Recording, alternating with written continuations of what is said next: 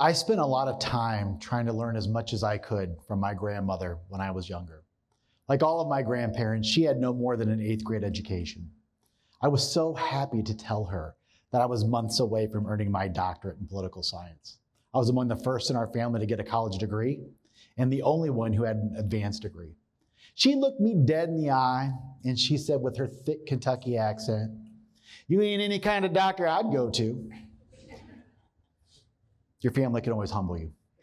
We laughed and I agreed with her and I said I wasn't going to be that kind of doctor, yet I am a certain kind of doctor. And as someone who has studied American politics for decades, it's clear to me that our country's vital signs are indeed in trouble. If the United States were coming in for a checkup, it's pretty obvious that our health is not good. Fortunately, there are remedies to bring us out of what I call our current polarization pandemic. In 2022, I asked one of my upper division classes if anyone had watched Joe Biden's first State of the Union address. A hand quickly popped up and said, "I thought it was surprisingly civil." It was difficult for me to hide my amazement at that observation, given that to my eyes, it was one of the more raucous State of the Union addresses I had seen, including jeers and shouts from members of Congress, including one who screamed that Joe Biden was a liar. As we started to unpack the student's comment, it became clearer and clearer to me just how little we expect of our politicians when it comes to civility. I went on to recount that in Donald Trump's final State of the Union address, he failed to shake Speaker of the House Nancy Pelosi's hand. She ended the night by shredding his speech, tearing his speech. Of course, less than a year later, that same building was occupied by those seeking to prevent the certification of Joe Biden's Electoral College victory. It was a historic and dark moment in the American experience and highlights this polarization pandemic. Just a few weeks ago, my colleagues and I asked voters in the state of Ohio a series of questions about the current political environment. Newsflash, it ain't pretty. We find an electorate that is afraid to discuss politics, have lost friends because of politics, and believe that the environment will only get worse. We find Americans are exhausted, they're angry, and they fear for the future of our democracy. They believe that the current environment is as toxic as it's ever been in their lifetimes, and they believe that the United States has been weakened on the world stage. Over 80% fear increased violence as a result of our political rhetoric. What's worse is that a frightening number of Americans are willing to accept violence as a part of our politics as usual. 1 in 4 believe that violence is sometimes necessary. 1 in 10 believe that violence is necessary in the government right now. Former President Trump has now been targeted in 2 assassination attempts in the past few months. Former Speaker of the House Nancy Pelosi's husband was viciously attacked at their home, and the assailant made it very clear that he meant to do harm to her. In 2020, we learned of kidnapping plots of Republican Governor Mike DeWine in Ohio and Democratic Governor Gretchen Whitmer in Michigan. Ladies and gentlemen, this is not politics as normal. These are indeed more signs that our democracy is in very poor health.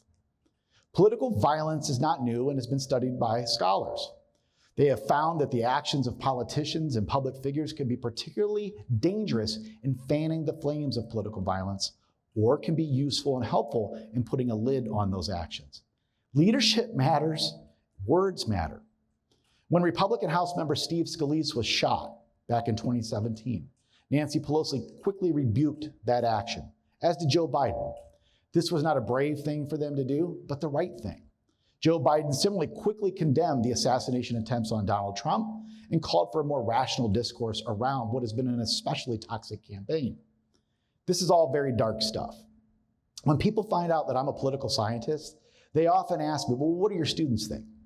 And I tell them that many of them are turned off from politics. Many avoid it at all costs. Some don't see how they can make an effect in that system. Turning away is not the solution. It's not a viable option, and we must be willing to engage with our political system and one another. Self-governance requires it. Although the warning lights of democracy are flashing bright red, too many Americans are either unaware, apathetic, or unwilling to break out of their curated conversations that they may be a part of. It's comfortable in our bubbles. We like our bubbles. Social media has made it very easy for us to avoid ideas, people, and issues that are uncomfortable. You don't like something, you just block it, you mute it, you delete it. At the same time, we are getting fed a host of information with which we agree. What we see from, quote unquote, the other side is often in the form of extremes, further deepening the distances between the us and the them. All of this contributes further to our political polarization. Large majorities of both Democrats and Republicans view the opposing party as closed-minded, dishonest, intolerant. It's very difficult to unite Americans when you see the other side as dishonest, closed-minded, immoral, and intolerant. Similar patterns occur among young people. One poll finds that half of college students would not want a roommate who voted for the opposing party. 50% of students also would not want to date someone from another party. Goes to show you that looks are not everything.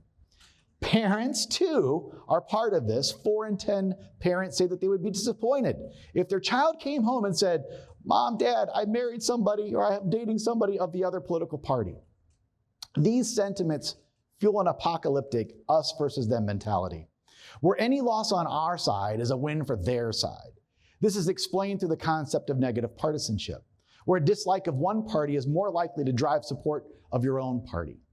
A couple of years ago, when we were talking about January 6th in one of my classes, I told students that when Al Gore had the job of presiding over the counting of electoral votes in 2001, he had considered not counting Florida's votes. The election had come down to that state and Gore had lost by just a few hundred votes. One of the students quickly said, he should have done it too. He shouldn't have counted them. That's when I said, no. Gore did not entertain such a thing. In fact, he had urged people to accept the results of the election after the Supreme Court had ruled several weeks ago. The point I was trying to make was that it would have been wrong for Gore to consider doing so, just as it would have been wrong for Mike Pence to consider. But instead, the lesson became one of negative partisanship. These feelings are tied closely to how human beings process information. For instance, confirmation bias is a form of motivated reasoning where individuals selectively choose what evidence they pay attention to and what evidence they discard. If it supports their pre-existing worldview, they hold on to it. If it challenges their worldview, they discard it. This, of course, does not lead to accurate assessments of the world around us. Social media curation and algorithms pushing us deeper into our information bunkers have not helped this phenomenon. Surely my side of TikTok has to be different than your side of TikTok. Right now, Milli Vanilli and the Menendez brothers flying through my head. Anybody else? Okay. But seriously, we have quickly lost common reference points as a society due to a fragmented media that seeks to entertain and amuse us. Americans cannot get on the same page when we are reading out of different books.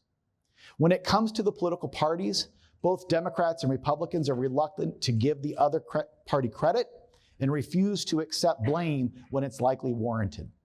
There is little any candidate can do to win over a partisan from the other side or lose support from their own tribe due to their own biases. To see how much an increase in polarization has affected the landscape today, we can look back to Bill Clinton's impeachment. During that time, after articles of impeachment were put against Clinton, he saw a rise of 10 to 15% in public opinion approval support. That did not come from Democrats rallying around Clinton, but it came from independents and Republicans crossing over. That is something that would be unthinkable today.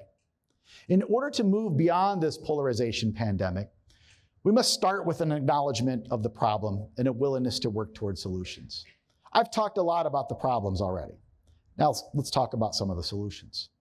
Research and experiments by political scientists on deliberative democracy show great promise. It in many ways draws upon the idea of American juries.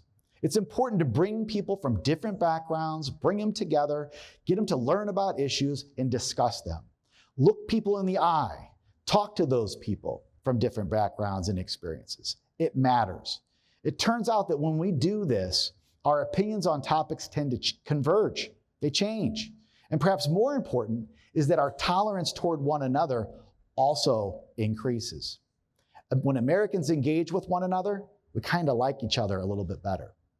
Creating more opportunities for Americans with different beliefs and backgrounds and experiences to learn from one another is a major step in treating this polarization pandemic.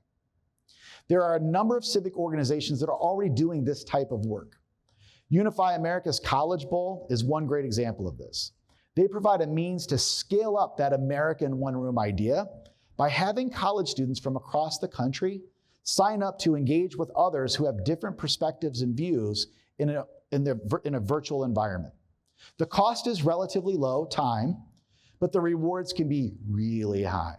Over 15,000 students have participated, and nearly 75% of those students say that doing so has helped them entertain different perspectives.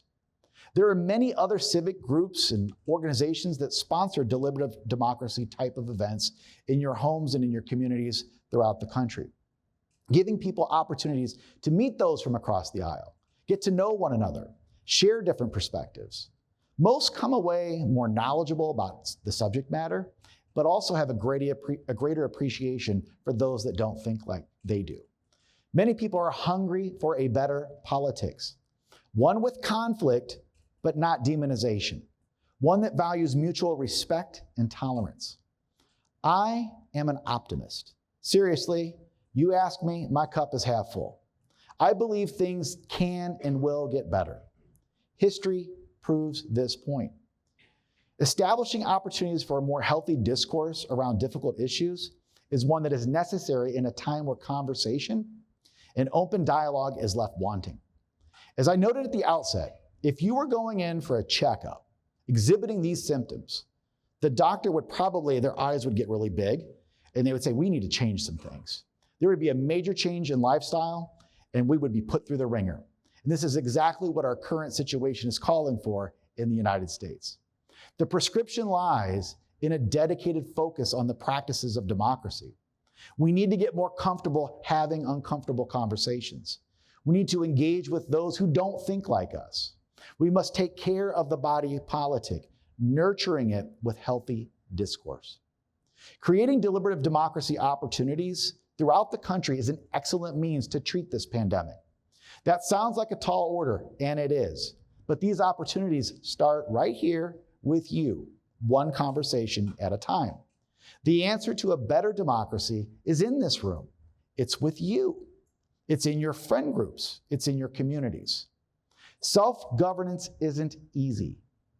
Ben Franklin's "A Republic, If You Can Keep It" quickly comes to mind. It comes with work, and there is much work to be done. Investing in our civic infrastructure is warranted and should be embraced.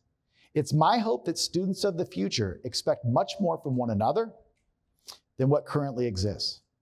Our civic health and our collective political futures depend on it. Thank you.